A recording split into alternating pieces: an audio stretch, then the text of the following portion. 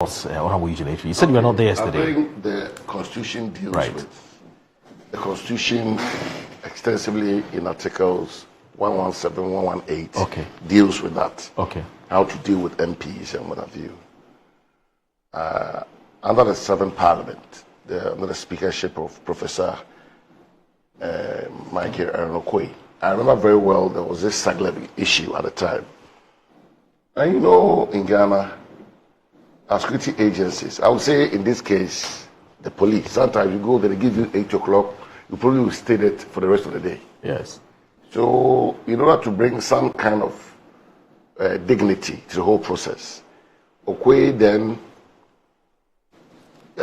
wrote to the CID at the time that if they wanted to interview or interrogate any member of parliament, he was going to make one of his officers available to the police to come over and do so. So Honorable Collins Dowda, I believe, and Honorable Samson Ahi were always being interviewed on the Princess of Parliament. You understand? That was to bring some dignity to the office of a member of parliament. I find it very troubling, and I keep saying that this country, sometimes I don't know whether we are going forward or we are going backwards. I find it very troubling that Ntim Fordjour is my classmate. We both entered parliament together. That's what I mean. We both entered the 7th Parliament together, representing the good people of Asing South. In his case, South. Yes. He was made a deputy minister in the 2nd term of President Akufo-Addo, and subsequently has now become the ranking member of Intelligence and the Security Committee of Parliament. So if you are talking Parliament, he's somebody who's a senior in Parliament now. I think the NIB must be professional in the way they deal with us politicians. Because even me out of Parliament now, if you want to invite me, it's not a big deal. You know where to find me. They all know where we live.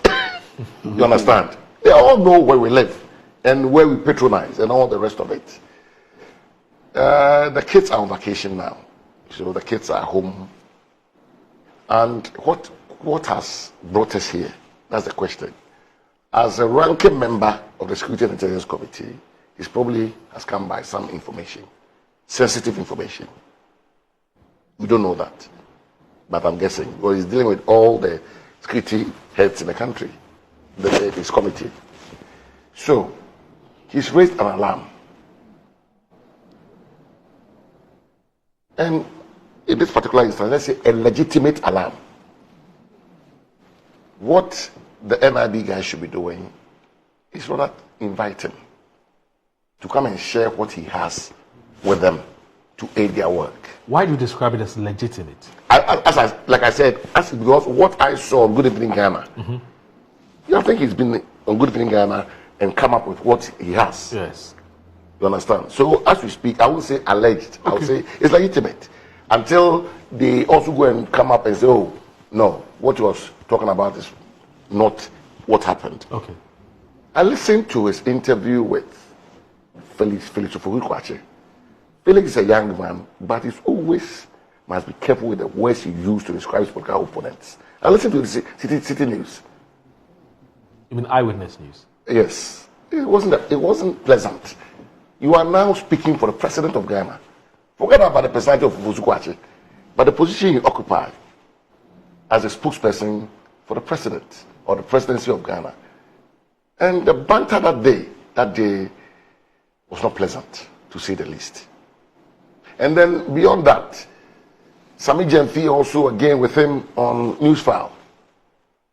What is preventing the NIB from inviting Reverend John Ntim Fordjour to appear before them? But he's been invited. No. I spoke to him this morning on my way here. I called him personally. Did they go there yesterday with a warrant? No, not a search warrant, not an arrest warrant.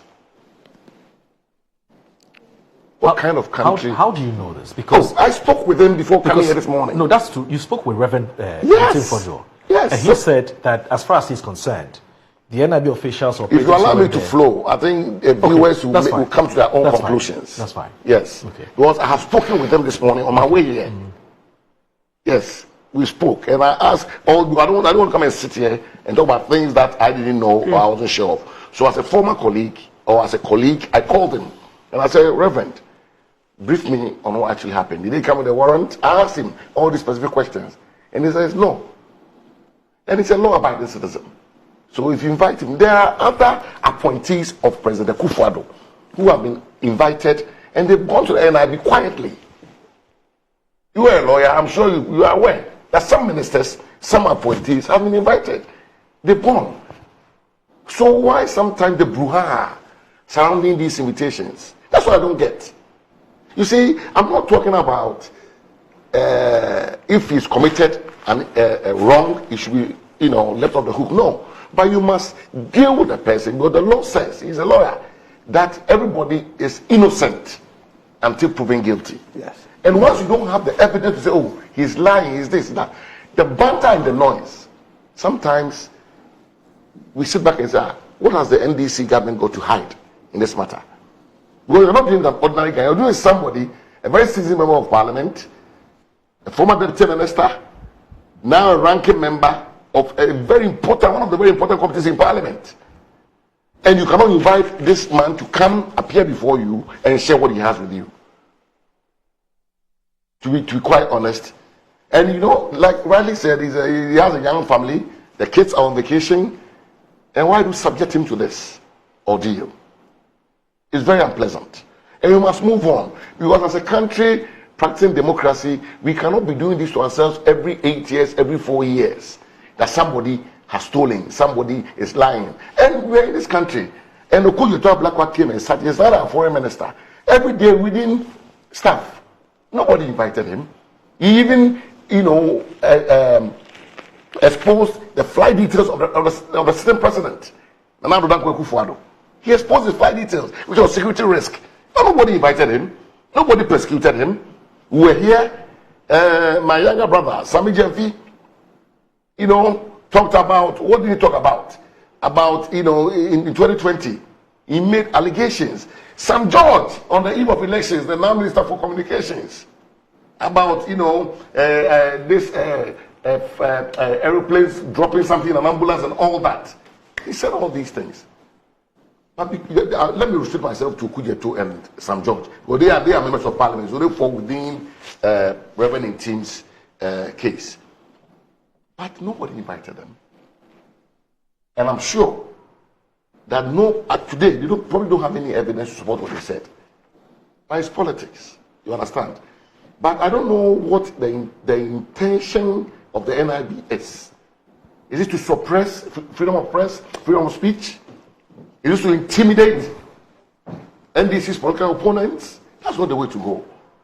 John Dramani Mahama has been given a very comprehensive and emphatic mandate by the good people of this country.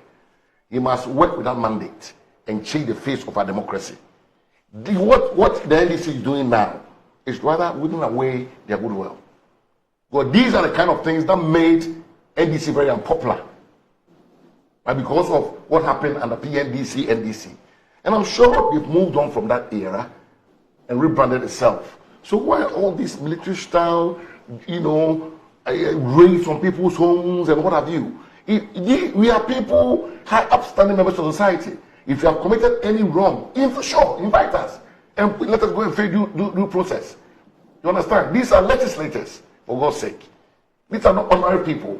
Invite them to go and face the rigors of the law. But the way we are going, for a public servant doing his work and being subjected to harassment and intimidation is not the best. I'll move on.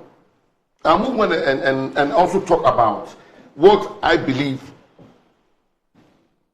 the NIB has decided to act unilaterally against the directive of the Speaker. Because on the 2nd of April, Speaker Backben wrote, I'm not sure whether you are content with the content of the letter. Yes.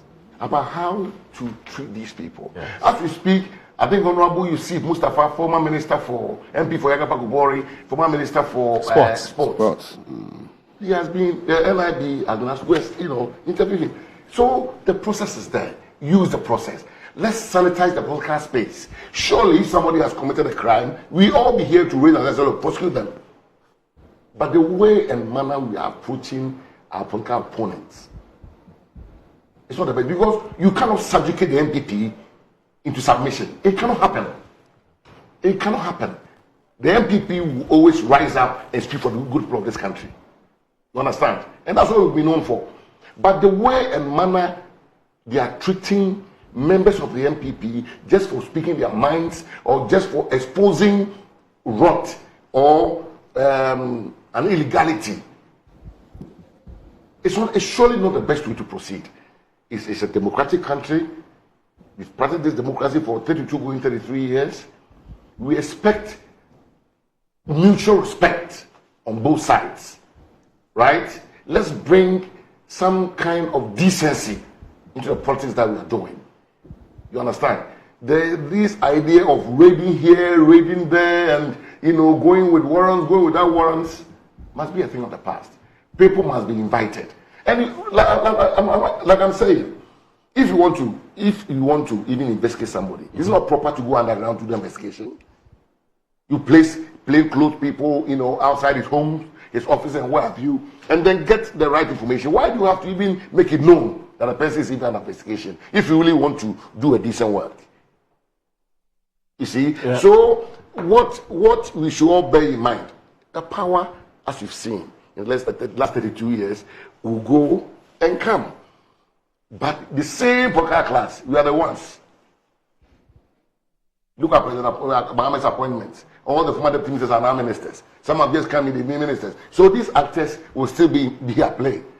So there's no point trying to antagonize your political opponent just because they don't agree with you or they are exposing something that you also did vocally, 2-3 years ago, was campaigning. And I urge the security agencies and the Minister for National Security now, Honorable Muntaka Mohammed, a very seasoned parliamentarian, to put the brakes on some of the activities of the NIB, because this is not the kind of country we all support building by this kind of harassment and intimidation. I'll come back when Victor finishes. But in all of this, Honorable, in all of this, you said you've been in touch with Reverend Fordjour this morning. Since this matter broke, have you found it necessary to ask him whether he has any substance of a sort to back the claims that he has made so far? No, but why? Does he have something that the state can work with? But the question you should be asking have you asked him that? What is the NIB's interest in the matter? Is their interest in unearthing the facts of the case and moving on to conduct its full-scale investigation, or their interest is in harassing and intimidating Ntim Fordjour? I get that, but I'm saying that I'm asking you personally. No. But the question should be, I like the question you should be asking. No, I want to know whether you have also you've also taken some interest beyond just speaking to him about what happened yesterday, which is, look, you have brought up an issue which is so important to the point where the president of this country has said, I've taken notice of the allegation you have made. Please collaborate with the state security agencies and let's unravel and get to the bottom of this matter. That's how serious the president takes it.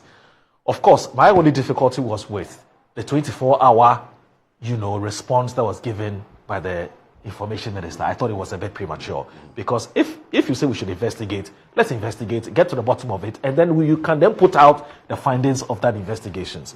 But once you come out a day before, it will sort of preempt the outcome of the investigations.